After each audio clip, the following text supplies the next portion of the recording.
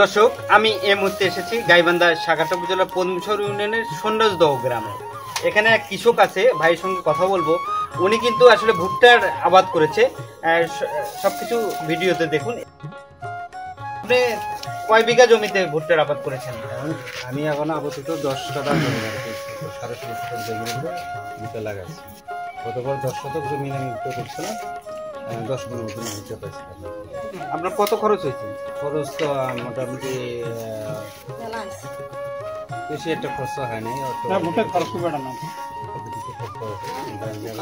তাও আনুমানিক কত হতে পারে? মনে করেন যে এখন এই 10 কাঠা জমিতে আমার 5-6 হাজার টাকা। এই যে 5-6 হাজার টাকা 10 কাঠা জমিতে আপনি খরচ করলেন, তাতে আপনার কি মনে হচ্ছে যে বিক্রি করে কত টাকা আসবে? আমার এখানে 15-20 মাস খাই, তাহলে মোটামুটি আমরা লাভবান থাকবো, তাই না? ধরুন, তো আপনারা শুনতে পেলেন, উনি আসলে এই যে ভুট্টার যে ধানের যে আবাদ ছেড়ে দিয়ে উনি কিন্তু ভুট্টার আবাদ করতেছেন। ভুট্টার আবাদে কিন্তু আসলে লাভ আছে, উনি এমনটি আমাকে বললেন। তো আপনার কি মনে হয় যে আগামী বছর থেকে আপনি কি আরো ধানের আবাদ বাদ দিয়ে ভুট্টার আবাদ করবেন? আপনার এটা আবাদ করার চিন্তা ভাবনা? তাহলে আপনার নাম কি বললেন? আব্দুল মালিক।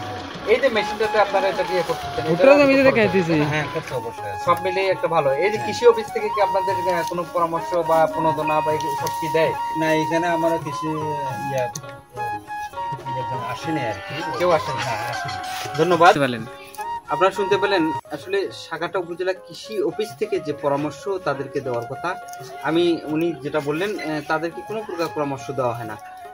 এবং এই যে প্রযুক্তিটা উনি ইয়ে করছেন, এটা কোথা থেকে করলেন? আপনি কৃষি অফিস থেকে পরামর্শ দিচ্ছেন? কোনো পরামর্শ আমি পাইনি, বা নিজে পরামর্শ আমি ইয়ে করছি আর কি। নিজের মেধায় যেটা যেটুকু করছে এটুকু আমি করছি। কারণ কৃষি অফিসার থেকে যদি কোনো পরামর্শ দেয় তাহলে আরো উন্নত হতে। আপনারা শুনতে পেলেন, কৃষি অফিস থেকে আসলে কোনো প্রকার পরামর্শ দেওয়া হয় না। ওনার নিজের মানে বুদ্ধিতে উনি এই ফসলটা উৎপাদন করছেন। আগামী বছর উনি আরো এই ভুট্টা চাষ করবেন বলে আমাকে জানালেন। এই ছিল আমার কাছে সর্বশেষ।